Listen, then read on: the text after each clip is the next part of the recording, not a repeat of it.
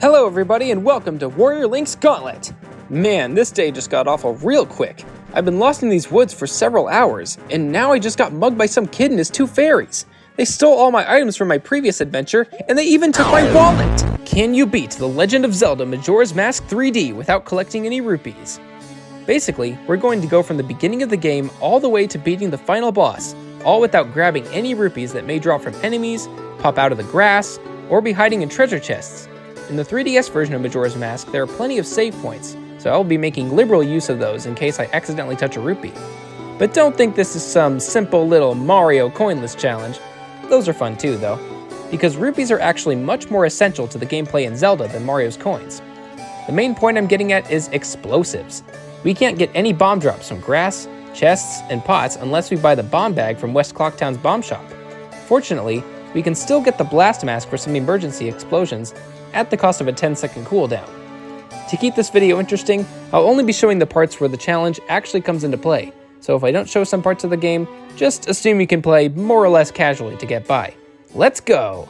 Our first hurdle doesn't even come into play until we reach Great Bay, or rather, the gate blocking Great Bay.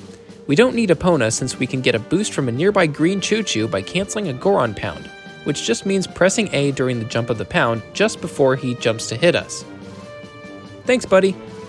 We can do a similar trick with these bubbles on the road to Ikana Canyon. That is, until we reach this massive wall. We're going to use the Goron Missile. Compose a lovely Scarecrow song, and make your way to the wall. There's a Scarecrow point up on this tall rock across from the wall. Hookshot to him, and this is where the fun begins. Set the hookshot or bow, I'd recommend the bow, on X or Y, and then put any item ReactBot can use, such as a mask or the Lens of Truth or a bottle, on the other X or Y item button. As ReactBot, pull out the Picto box and point it toward the top of the wall, then go into the items menu from the touchscreen and swap the X and Y items. You may notice the bow is now highlighted rather than the Zora mask in this example. Take a picture, then on the Keep This Picture menu, press A, the bow button, and A again, all within about 1 second. Now, begin a roll, do a pound, and as soon as you land this time, press A to keep from flinging yourself into the void. As you can see, the Goron Missile sends ReactBot flying forward thanks to first-person restricted items or something. It'll take a few tries, but this glitch is really fun once you get it down. Next, Ikana's Gibdo well raises a few problems. In order to get the Mirror Shield, the completely required route for the Gibdo well involves giving away magic beans, a fish, a big Poe, and milk. Playing casually, we would have already used our free magic beans from the salesman in Deku Palace. Oh well, let's just not bother with all that. Stone Tower time! Normally, leading up to Stone Tower Temple, we would be playing the Elegy of Emptiness and slowly putting the Zora, Goron, and Human Link statues on the buttons and jumping across. But we don't need Elegy here. We can hookshot up to the second target pillar and climb on top of it. Then, we'll carefully Goron Missile across the chasm and keep climbing. We repeat this process and make it up to the Stone Tower Owl statue. Before going in the temple, however, we need to be hydrated. The closest water is by the Southern Swamp Owl statue. Bottle it up and head back to Stone Tower. One more Goron Missile will allow us to get into Stone Tower Temple, no Elegy of Emptiness or Mirror Shield required. Now you may be wondering, why did we go get water just now? And that's where our craziest trick yet comes into play. When we enter the door on the right, we're greeted with a giant sunblock invading our personal space. If we walk up to it and pour out our water,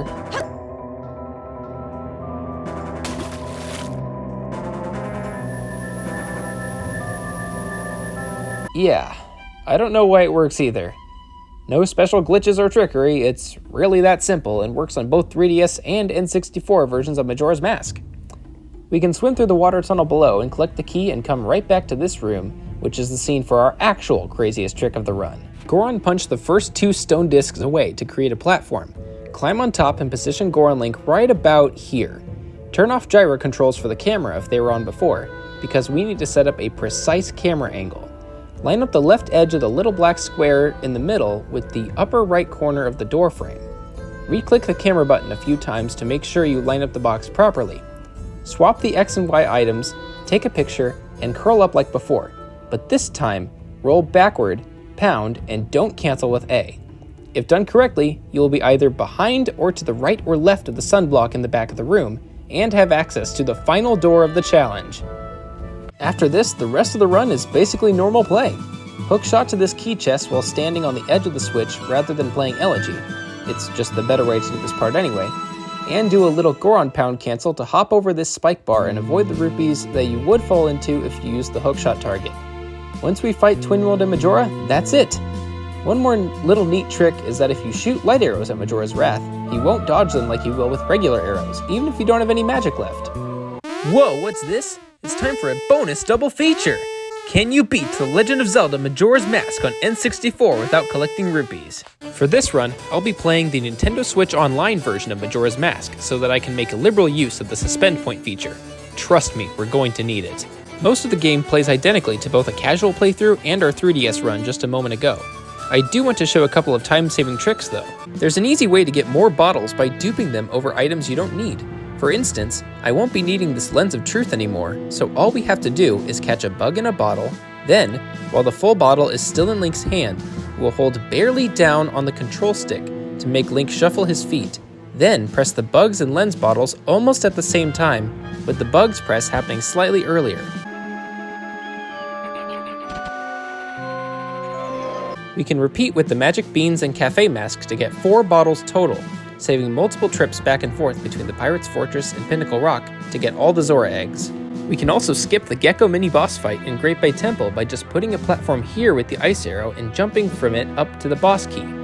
Just make sure not to forget to swim up and jump over these rupees in the current, and we're done with the first 3 regions again.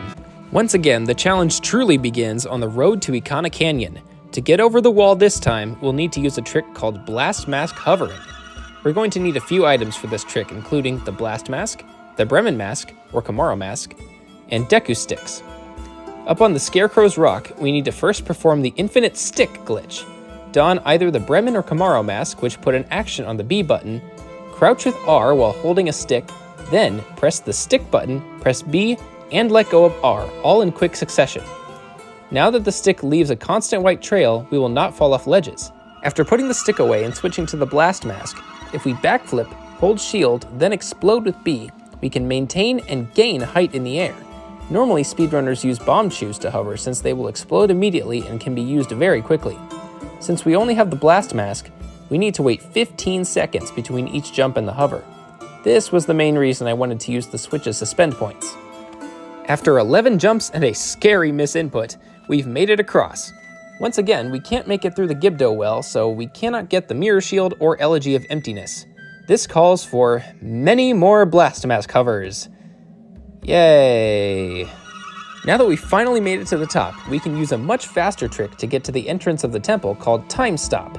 Fill a bottle with something such as this fairy, stand on this switch on the right, face Link away from the blocks, hold Z for a couple of seconds, then press and hold shield and then the fairy bottle button immediately after. With this weird camera angle, Link's movement is inverted, so hold down to make him run forward to jump onto the block. Lastly, press C up to cancel this glitch, ride the block back to its resting position, and realize you forgot to grab spring water for the sunblock, so you have to do that again. The mirror room skip is a bit different this time. You may notice that the sunblocks do not reach the ceiling in this room, so that is our ticket through. All we have to do is Blast Mask hover onto the sunblock to the right, then to the one at the other end of the room, since it's difficult to go anywhere except in a straight line when hovering. Now we can get the light arrow and our mission is almost complete. Unlike in the 3DS version, the jewel to invert Stone Tower Temple is hidden behind the block in the center. We're supposed to place an Elegy statue on the switch on the right to reveal it, but that is obviously not an option for us. To jump this final hurdle, we must hover to this alcove on the left side, line up Link's feet with the dark spots on the floor, turn him to face the middle of the left block, I suspended here, side hop to the right until the camera clips through this orange wall, and then hover, then aim for the center of the center block to hit the jewel from behind. And that's it! The challenge is basically over at this point. I did a few more hovers to make Inverted Stone Tower go a bit quicker, Goron jumped over the spike bar, and finally defeated Twinmold and Majora. But anyway, back to the original question. Can you beat The Legend of Zelda Majora's Mask and Majora's Mask 3D without collecting any rupees? Yes. I couldn't have said it better myself, Dennis. Thank you all so much for watching. Don't forget to like, comment, and subscribe, and I'll see you guys next time. Bye!